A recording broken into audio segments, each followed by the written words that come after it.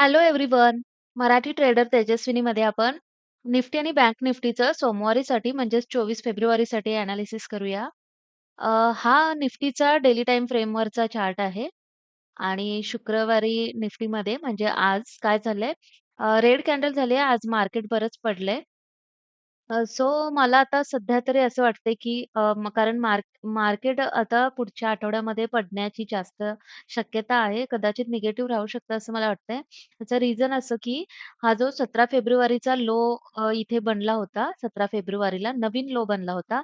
Actually ही जी मी तुम्हाला जून महिन्याचा low म्हणा किंवा अगेन हा जानेवारी महिन्याचा लो म्हणून मी इथे एक तुम्हाला लेव्हल दिली होती बऱ्याच दिवसांपासून. पण ती लेव्हल बरं म्हणजे 22,785 ची लेव्हल मी तुम्हाला दिली होती. ती लेव्हल तुटून आता नवीन लो तयार झाला होता 17 फेब्रुवारीला आणि या लोपर्यंत सुद्धा मार्केट काल बरं जाऊन आलंय आणि ह्या लेव्हलला सुद्धा टच करून मार्केट पुन्हा वरती गेलंय. पण मार्केटमध्ये निगेटिव्हिटीज बघायला मिळत आहे आपल्याला. सो मला असं वाटतंय, की मार्केट पुन्हा पुढच्या आठवड्यात निगेटिव्ह राहू शकतं. आता याचे रिझन्स काय आहेत ते आता आपण वन बाय वन बघू. सो सगळ्यात आधी आपण 5 मिनिटाच्या टाईम फ्रेमवर जाऊया. तर 5 मिनिटाच्या टाईम फ्रेमवर तुम्ही जर बघाल, तर मार्केट गॅप डाउन ओपन झालं होतं आज आणि त्यानंतर मार्केटने पहिल्याच कॅन्डलमध्ये रिकव्हरी पण दाखवली. ओके. पहिल्या कॅन्डलमध्येच मार्केटने हा गॅप सगळा फिल केला आणि नंतर मार्केट कंटिन्युअस पडायला सुरुवात झालं. तर हे मार्केट का पडलं ते आता आपण बघूया. अ, अ, शुक्रवारी म्हणजेच आज मार्केटमध्ये एक न्यूज आली होती इथे. Teslaशी रिलेटेड एक न्यूज आली होती. सो ह्या न्यूजमुळे इथे जर तुम्ही बघाल, तर हे ऑटो सेक्टर आहे निफ्टीचं. तर ऑटो सेक्टर हे कंटिन्युअस पडले आणि ह्याचाच इफेक्ट निफ्टीवर पडला आणि निफ्टीसुद्धा कंटिन्यू पडले आपल्याला बघायला मिळते. तर हे ऑटो सेक्टर का पडलं ह्याच्याशी रिलेटेड काय न्यूज आली हे आपण आता सगळ्यात आधी बघूया. सो इथे न्यूजमध्ये काय त्यांनी दिलंय, की Teslaला भारतामध्ये एंट्री मिळणार का? Tesla कंपनीच्या रिलेटेड ही न्यूज आली होती. सो Teslaला भारतामध्ये एंट्री मिळणार का? अशा संदर्भात ही न्यूज होती. सो या न्यूज म्हणजे रफली मी तुम्हाला एक सांगते, की काय होतं ॲक्चुअली या न्यूजमध्ये. सो आपलं जे गव्हर्नमेंट आहे, सो आपलं गव्हर्नमेंट असं काहीतरी इम्प्लिमेंट करते, की ह्या ज्या बाहेरच्या कंपन्या आहेत, ज्या इलेक्ट्रॉनिक व्हेइकल्स बनवतात, तर त्या कंपन्या ज्यापैकी Tesla ही पण एक कंपनी आहे. सो त्या कंपन्यांसाठी भारतामध्ये एक संधी निर्माण केली जाते, की ह्या कंपन्यांनी भारतामध्ये यावं आणि भारतामध्ये येऊन त्यांनी भारतामध्ये त्यांच्या ज्या व्हेइकल्स आहेत त्या व्हेइकल्स विकाव्या आणि भारतामध्ये त्यांनी भारताचं जे मार्केट आहे ते एक्सप्लोर करावं. अशा संदर्भात ही न्यूज आहे. ठीक आहे. सो यामुळे काय लोकांमध्ये एक रूमर्स म्हणजे लगेच क्रिएट होतात आणि त्याचा लगेचच मार्केटवर इम्पॅक्ट कधी पण बघायला मिळत असतो. सो यामुळे टाटा कंपनी असेल किंवा महिंद्रा कंपनी असेल, यावर काही इफेक्ट पडेल का? अशा संदर्भात पॅनिकनेस आला आणि त्यामुळे ऑटो सेक्टर पडायला लागलं. ठीक आहे. सो ह्यांनी ह्यामध्ये काही 2 कंडिशन्स पण टाकल्या आहेत. तर त्या कंडिशन्स काय आहेत, की इथे तुम्ही जर बघाल, इथे तुम्ही बघा इथे. ठीक आहे. सो यामध्ये कंडिशन्स त्यांनी अशा टाकल्या होत्या, की कस्टम ड्युटी 100% लावली जाते. म्हणजेच दुप्पट इथे आहे, की कस्टम ड्युटी 100% लावली जाते. म्हणजेच दुप्पट किमतीने मिळते. ओके. आणि ती कमी करून 15% केली जाईल. असं त्यांनी सांगितलं आहे आणि पण हे सगळ्यांसाठी नाहीये, ओके. हे जे 15% कमी केलं जाईल हे सगळ्यांसाठी नाही आहे. हे फक्त ज्या कार्सची किंमत $50,000 च्या आसपास किंवा $50,000 जवळपास ज्या कार्सची किंमत असेल त्यांच्यासाठीच फक्त असणार आहे आणि शिवाय जी कंपनी 7,000 ते 8,000 कार्स विकेल त्यांच्यासाठी अ, ही ऑफर असणार आहे, असं त्यांनी सांगितलं होतं. ठीक आहे. आणि शिवाय आणखी एक कंडिशन त्यांनी अशी टाकली होती, की जर तुम्हाला ही ऑफर हवी असेल, तर म्हणजे की तुमच्या कार्स जर 15% कस्टम ड्युटीने विकल्या जाव्या, अशी जर का तुम्हाला ऑफर हवी असेल, तर तुम्ही पुढच्या 3 वर्षांच्या आत काय करायचं आहे, 3 वर्षांच्या आत भारतामध्ये प्लांटेशन करायचं आहे. अशा कंडिशन्स त्यांनी टाकलेल्या आहेत. आता ही एक रफ न्यूज आहे ॲक्चुअली. पण ह्या न्यूजचा इम्पॅक्ट लगेचच मार्केटवर आणि ऑटो सेक्टरवर बघायला मिळालंय. खरं तर ही पॉझिटिव्ह गोष्ट ठरेल कारण की Teslaच्या कार्स ज्या आहेत त्या जवळपास 30-40 लाखांच्या वरतीच तुम्हाला बघायला मिळतात आणि जर का तुम्ही Mahindra किंवा Tataच्या कार्स म्हणाल तर त्यांची एवढी जास्त किंमत नाहीये. त्यामुळे Teslaची कार्सची भारतामध्ये तर कॉम्पिटिशन अशी विशेष काहीच नाहीये. त्यांचं जर कॉम्पिटिशन भारतामध्ये जरी ते आले, तरी त्यांचं कॉम्पिटिशन हे बाहेरच्या कंपन्यांसोबतच असणार आहे. त्यामुळे तसं तर टाटा आणि Mahindraला विशेष असं म्हणजे घाबरण्याचं असं काही इम्पॅक्ट पडण्यासारखं कारण नाही. पण जेव्हा अचानक एखादी न्यूज येते, त्यावेळी त्याचे रुमर्स लगेच फैलतात आणि त्याच्यामुळे लगेचच आपल्याला इम्पॅक्ट बघायला मिळत असतो. त्याचे परिणामाची तेवढे लवकर म्हणजे विचार केला जात नाही. तो नंतर केला जातो. पण इम्पॅक्ट आपल्याला लगेच मार्केटवर बघायला मिळतो. ठीक आहे. पण एक गोष्ट अशी पण आहे, की जर का यांनी भारतामध्ये प्लांटेशन केलं, तर मग भारतामध्ये बऱ्याचशा नवीन जॉब्सच्या म्हणजे नवीन नोकऱ्यांच्या संध्या उपलब्ध होऊ शकतात. सो ही एक तसं म्हटलं तर चांगली पॉझिटिव्ह गोष्टच आहे. पण ऑटो सेक्टरवर मात्र आपल्याला त्याचा एक निगेटिव्ह इम्पॅक्ट बघायला मिळाला आजच्या दिवशी शुक्रवारी आणि त्यामुळे ऑटो सेक्टर भयानक पडलं आणि म्हणून निफ्टी सुद्धा तुम्हाला पडताना बघायला मिळालं. खूप जास्त निफ्टी सुद्धा पडलेलं आहे आज. सो येस तर अशा बऱ्याचशा न्यूज येत राहतात आणि त्यामुळे त्याचा इम्पॅक्ट आपल्याला लगेचच बघायला मिळतोय निफ्टीमध्ये म्हणा किंवा ओव्हरऑल मार्केटमध्ये. तर अजून पण आता शनिवार, रविवारी सुद्धा कधी काही न्यूज आल्या आणि त्यांचा इम्पॅक्ट पडला, तर ते तुम्हाला सोमवारच्या मार्केटवर बघायला मिळू शकत असतं.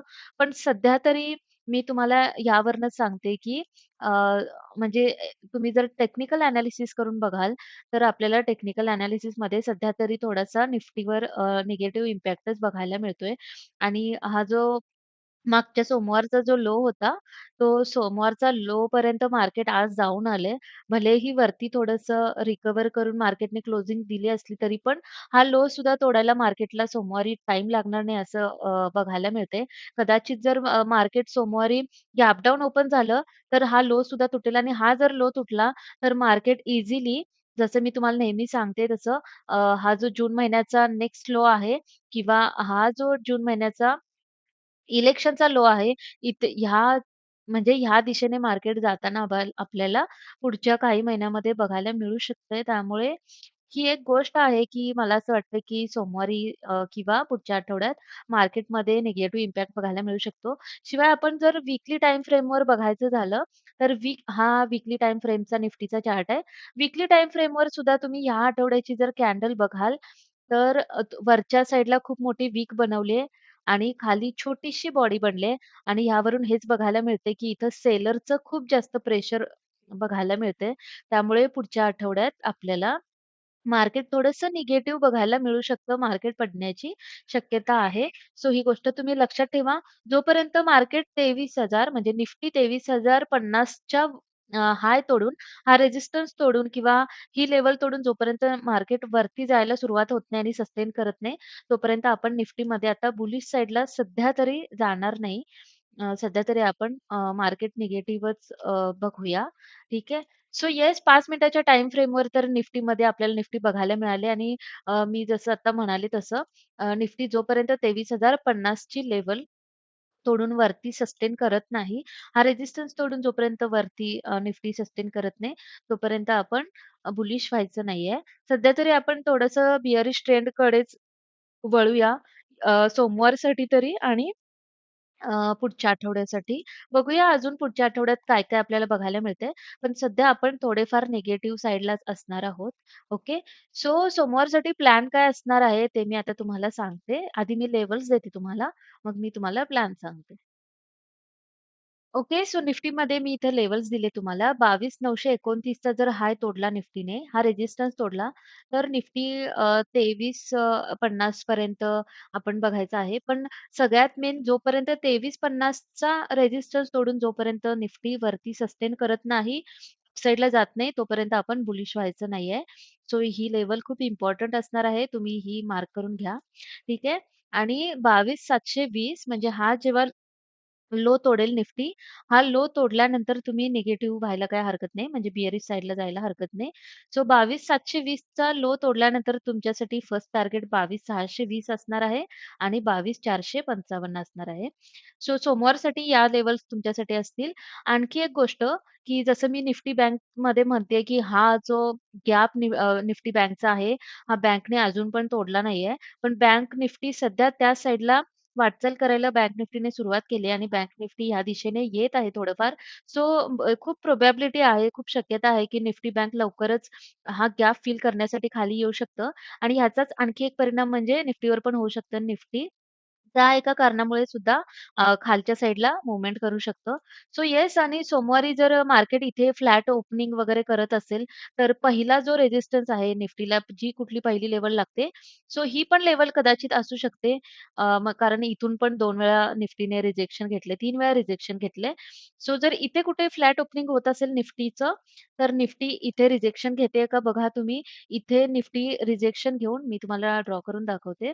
निफ्टी इथे रिजेक्शन घेऊ शकतं. त्यामुळे ही जी लेव्हल आहे, कदाचित फ्लॅट ओपनिंग झाली निफ्टीची, तर निफ्टी इथं जाऊन असं खालच्या साइडला मूव्हमेंट करू शकतं किंवा जर ह्या लेव्हलवरून रिजेक्शन जरी नाही घेतलं निफ्टीने, तरी निफ्टी ह्या लेव्हलवरून तर रिजेक्शन घेऊन खालीच्या साइडला मूव्हमेंट करू शकतं. सो हे दोन्ही सिनेरिओ तुम्ही लक्षात ठेवा आणि जर निफ्टीने ही लेव्हल म्हणजे 22,929 आणि 23,50 ह्या लेव्हल्स तोडून जर वरती सस्टेन केलं तरच तुम्ही बुलिश साइडला विचार करू शकताय. नाहीतर आपण जास्तीत जास्त डाउन साइडलाच विचार करणार आहे.